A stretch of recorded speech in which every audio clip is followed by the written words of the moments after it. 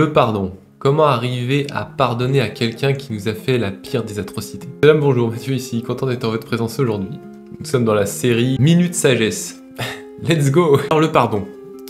Quand on a quelqu'un qui nous a fait la pire des crasses, que ce soit une violence, un abus, divers ordres, on peut effectivement avoir une sensation désagréable en nous vis-à-vis de cette personne. C'est tout à fait normal, on a subi quelque chose qui nous a été douloureux et c'est venu en nous comme étant quelque chose qui s'est déposé dans le fond de nous, et à chaque fois que des situations un peu équivalentes se représentent, abus, personne qui peut rappeler le trauma ou la souffrance, eh bien cette douleur remonte à la surface et on en souffre encore. Alors je vous parle de pardon dans cette vidéo Minute Sagesse pour dire que effectivement le pardon, souvent on a une idée de pardonner à la personne qui nous a fait du tort pour se sentir mieux. C'est une des façons de pardonner, mais c'est pas la seule. Il y a une autre façon de pardonner, c'est vis-à-vis de soi. La personne qui est en face de nous, elle peut être peut-être difficile à aborder ou on a du mal à vouloir aller lui parler.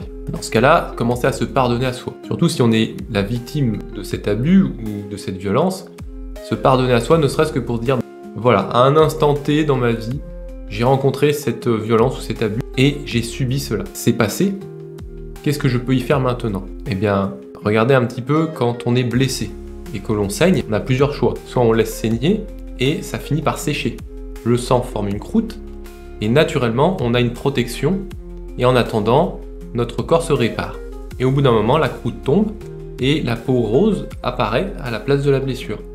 Et après quelques temps, pour peu qu'il y ait un peu de soleil, cette peau bronze et on ne voit plus qu'on a été blessé à cet endroit. De la même manière, quand on a subi une souffrance dans notre vie, plus tôt, eh bien celle-ci, naturellement, elle est en train de se refermer. Et pour cela, pour favoriser sa fermeture, eh bien c'est de lui apporter les conditions favorables à ça. Comme par exemple, éviter de s'exposer le temps de la réparation de cette blessure en nous. Et le pardon, c'est quelque part une manière pour nous de guérir par rapport à quelque chose qui nous a été vécu et dont maintenant, il nous reste peut-être encore quelques bribes. Donc se pardonner, se dire bon bah ok, j'ai vécu ça, c'est fait. En souffrir, pourquoi j'en souffre encore? Parce que j'ai pas pardonné à cette personne, ou je n'ai pas accepté que j'ai vécu ça, ou que j'en veux à cette personne. Donc ne serait-ce que de accepter, même si ça n'enlève en rien l'atrocité en question, néanmoins ça nous permet, nous, en tant qu'individu ou personne, de se guérir, pour justement éviter que cette plaie se rouvre encore une fois en nous. Donc pardonner à soi, puis à l'autre, c'est une manière de se guérir. Et en aucun cas, c'est l'atrocité qui est pardonnée. C'est nous vis-à-vis de nous qui nous pardonnons, tout comme à la personne qui, sur le moment, si on veut aller un petit peu plus loin, a fait cet acte-là en dépendance de cette souffrance qui l'a animé à ce moment-là. Et si vous avez suffisamment de force pour aller plus loin, considérez que la personne que vous avez qui a provoqué cette souffrance en vous, du fait d'être prise par cette souffrance qui est peut-être une violence qui l'a traversée à ce moment-là, elle n'était plus maître d'elle et a fait ce qu'elle a fait et dont malheureusement vous étiez peut-être la victime. Donc voir que même la personne en face de vous qui a fait cette action, c'est pas elle la cause du problème, c'est la souffrance qui anime cette personne à ce moment-là. Et donc le fait de détacher la personne qui vous a fait subir la chose de la souffrance en question, ça vous permet de voir l'humanité de la personne qui, tout comme vous, est faible par rapport à une souffrance qui en a profité pour faire ce qui s'est passé.